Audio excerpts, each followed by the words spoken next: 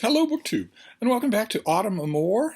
This is a book event created by the Bookish Bryants, who are on a little roll with genre-related book events. This one is for the whole month of September and deals with romance novels, the most despised of the genres. And there are a series of prompts to more or less give your month some structure if you want. But you don't need to do it, and that's good, because I haven't been. I've been roaming all afield, reading all kinds of romances for the month of September. I read romances anyway, but I usually stick to new releases. I haven't been doing that exclusively with Autumn Amour. I've been looking at older stuff too. And it's been taking me into some uncharted waters, as you have seen yesterday, for instance. We dealt with romance novels involving twin brothers, otherwise known in its own community as twincest. And in the meantime, since I made that video, two people who I assume want to remain extremely anonymous have filled me in on a lot of the details of the twincest community.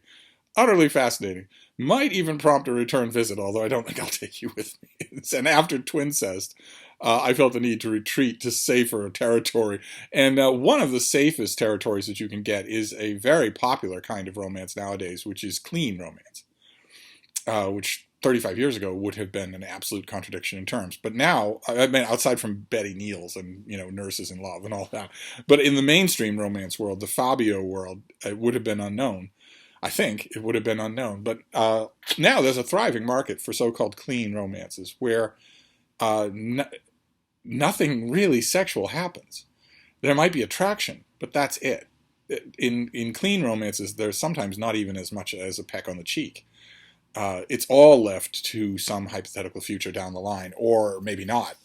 I don't particularly like a lot of the social elements that this portends. I don't think it's healthy at all. And yet I see that not only in clean romance as a subgenre, but also in a lot of young people, actual flesh and blood young people. I don't know whether it has to do with an insane proliferation of dating etiquette rules. Or if it has to do with on a little more darker side, the fact that every young person I know has been pumping their body full of mood-altering medications that have not been tested by any reputable drug agency for literally the entirety of their lives. So taking a handful of drugs when they were 5 years old, now I meet them at 25, they're still taking a handful of drugs. They don't have any experience of what life is like without that. Well, one of the first bodily systems that's going to be affected by such a thing. I have no idea what is the ultimate cause, but I know what the ultimate appeal of clean romance is, and it's to remove that element completely, so that you're not worried about running into issues of bad taste or consent, and the author is not tempted into that graveyard of all authorial attempts, which is to write sex scenes.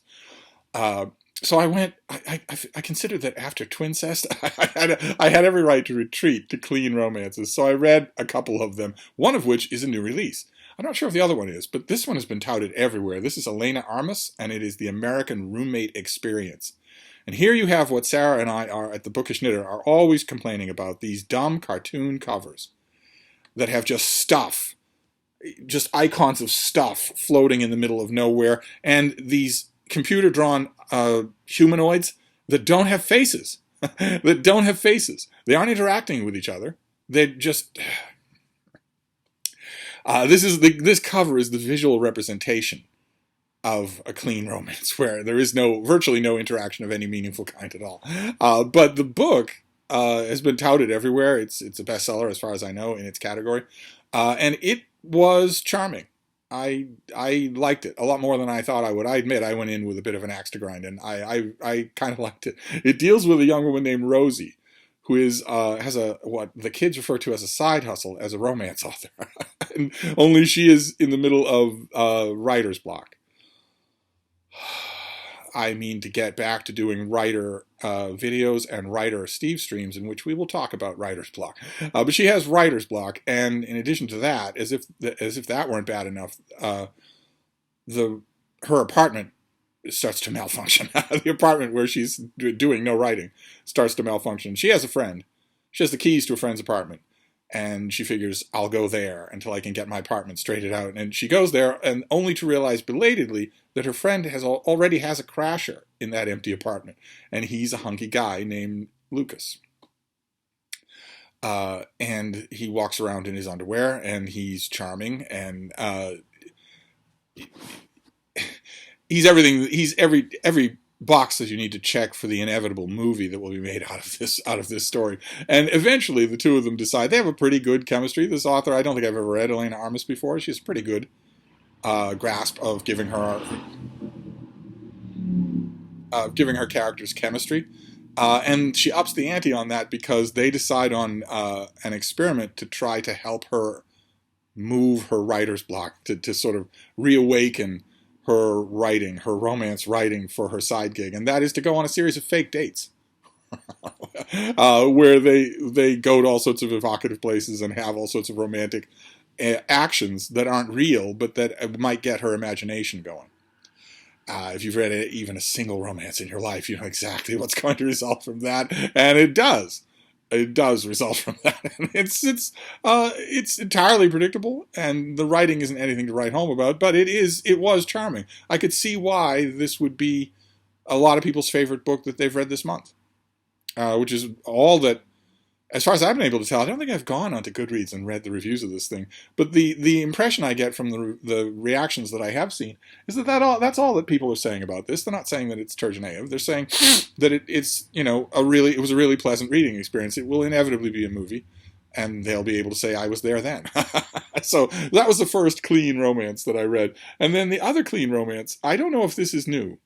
This is also an author that I don't think I've ever read before. The author is Annie Raines, and the book is called The True Love Bookshop.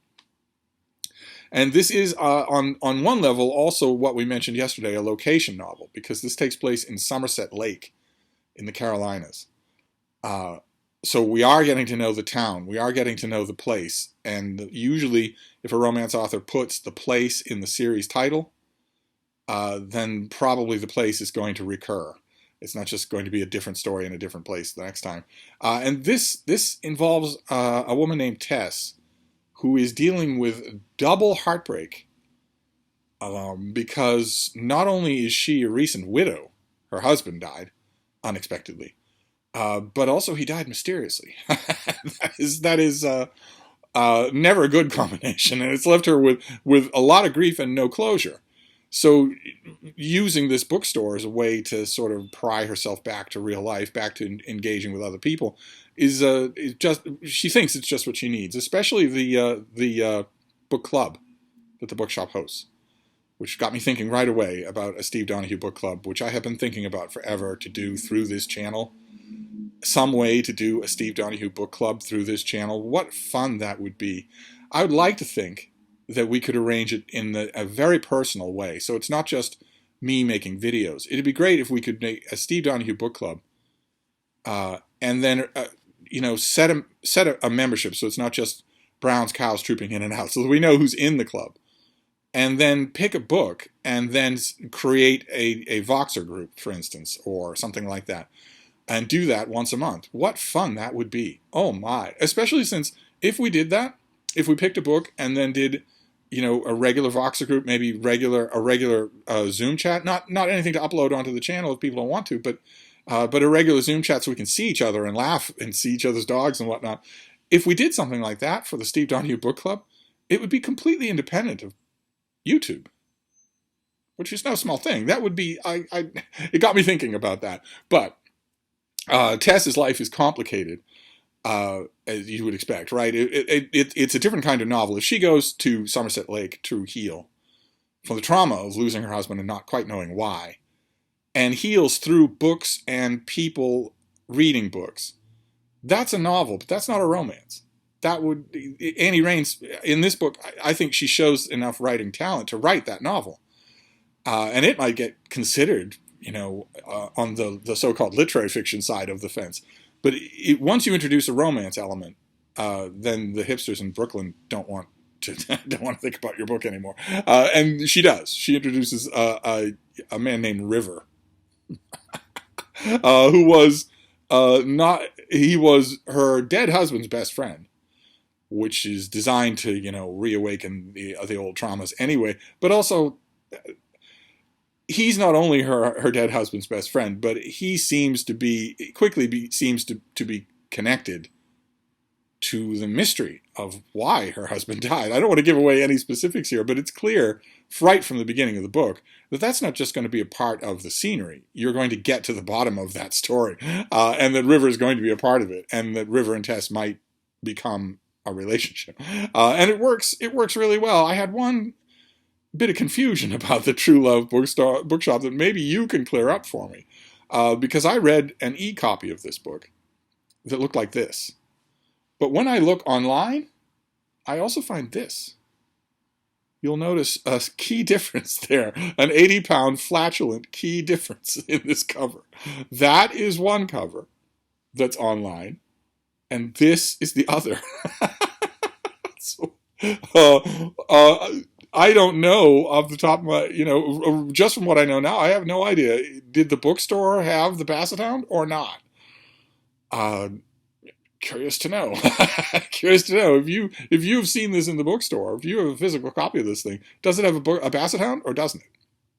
But those were relatively clean romances. They were concerned with other things, and that was a haven of safety after my experiences with twincest.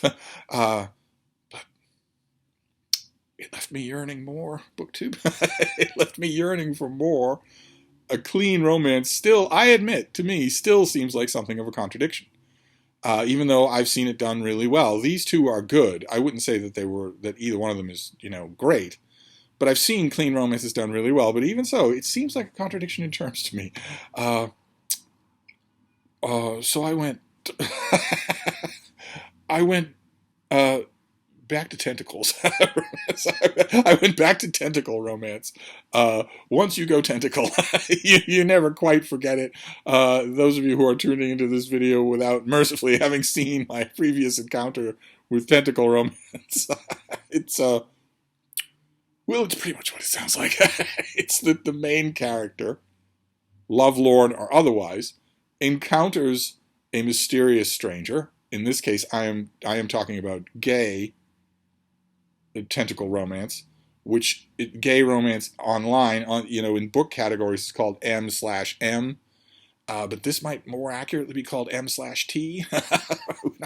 We're not talking about a completely human pair. God. The difference between a M/M gay romance and an M/T gay tentacle romance is that in an M/M gay romance, at some point, these aren't clean romances, first of all, I should warn you. The exact opposite of clean. So if you're looking for clean romances, don't type in those words. But in an M/M gay romance, at some point, when the lights are off and things are moving at a fever pitch, at some point, a beleaguered M in that M/M relationship might blurt out, well, what do you expect of me? I've only got two hands. And that limitation is gone in tentacle romance.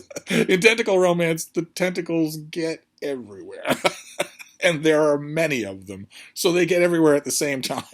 That might, in a relatively G-rated way, explain the appeal. Although, I have to say, I have now read a lot of tentacle romance. I may be what one of you hilariously referred to as the great tentacle king of BookTube. I have now read a lot of this stuff, and I have never read, so far, I'm sure it's out there, but I've never read so far an example of tentacle romance that was bad. It's silly, and it's sordid, and you can't talk about it with grandma. But there's a way to do this thing, just from the description that I've given you must know. There's a way to do this that would be pure pornography, right? Where it would be the whole point, and that would be it, and that would be all you get, and that would be very explicitly delivered with no frills. And I have yet to read a tentacle romance that does that, starting long before I knew that it was a whole category, starting with Asquidentally Yours from last what was it, earlier this year, that was really good. It was genuinely interesting. It wasn't just the tentacle romance. It was that it took place in an alternate world with an alternate religion in place of Christianity, which had never happened. I have never read one of these things that didn't satisfy me at least a little bit on other levels than just the tentacular. And I read two this time around. They may not be my last tentacle romances for Autumn Amour. The poor bookish Bryants. They'll have to make a rule for next year, no tentacles. The first one that I read is by M.A. Church, and it's called Nighttime Wishes. And that young man in the hunky young man in the white wife beater and the white tank top is Sean, who is a sweet innocent boy who, unbeknownst to him, has been watched since he was a child. Hereby we enter into some dodgy elements in this thing. He's been watched from afar by a tentacle warrior, a tentacle alien warrior king called Zlang. Z-L-A-N-G. Zlang. Zlang has been watching him for a long time. Zlang has been watching him since before he was an adult. And that's the dodgy element. He's just barely an adult in the course of the novel, and Zlang claims him. Has always sort of claimed him. It's just now Zlang comes to Earth and sort of makes his desires known. I don't know what the neck-bearded quasi-fascists that fill our society would say about this. I'm pretty sure that they would lump it under the heading that they lump everything under, which is grooming. It certainly looks that way. Zlang has been paying attention to Sean for a long time, longer than would be if Zlang were a human male protagonist in this book and had been watching and desiring Sean for the same amount of time. No one would publish this book, and it would be excoriated if the author self-published it. But because Zlang is an alien, presumably working on a different time scale than humans, it sort of works. It was probably one of the least effective tentacle romances that I've read, but only mainly because I thought there were, as I mentioned, because of that, I thought there were elements in it that the author didn't really chase down. And I've very seldom found that to be true. Usually the authors here are doing, I mean, this is still titillating fiction. This is meant to titillate. There has yet been, as I mentioned to an email correspondent, a friend on an email, there has yet to be a War and Peace of tentacle romance or of tentacle literature. That has yet to happen as far as I know. This is meant to titillate. But even so, the tentacle romances that I have read, the author seems to care about what, in a more respectable setting, we might call world building. And there's less of that here than I was looking for, than I hoped for. And unfortunately, that was also true of the second tentacle romance that I read, which is this. This is by Kaylin Morgan, and it's called Strange Hospitality. And it pretty much gets right down to the point. Although, not exclusively. This is the story of a young man named Devon who is driving in the English countryside. He's miles and miles away from anywhere when his car breaks down. Fairly simple plot contrivance. The only house in the neighborhood, a big ornate place, is owned by a man named Luke, L-U-C, who guardedly lets Devon into the house, but has a whole bunch of rules. Don't wander around, don't open any closed or locked doors, don't inquire. I'll meet your needs, I'll see that you're taken care of, but you have to respect the house. You have to respect the boundaries of the house. And that is done in a way that gave me an idea that Kaylin Morgan might be familiar with some Gothic fiction, that maybe she might be interested in that or have read it in school or something like that. There are elements of that involved, but it's pretty clear from pretty early on in Strange Hospitality that Luke views Devon as basically the milk being dropped off at his door. It's not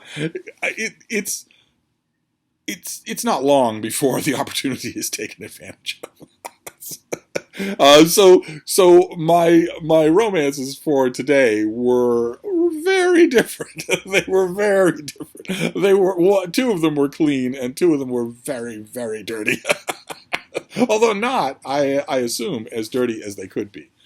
For instance, neither Strange Hospitality nor Nighttime Wishes came anywhere near the offenses against good taste that were involved in Taken by the T-Rex. So, all the adventures that we've had in Autumn Amour. So I have no idea where this will go next time, where it will go tomorrow. I will be reading romances tonight, but right now, this morning, I have no idea what they will be. I have no idea at all. I'm not prejudging anything. We'll see. We'll see what happens. So I will report back tomorrow, and we'll see what trouble we get into then. Thank you, BookTube.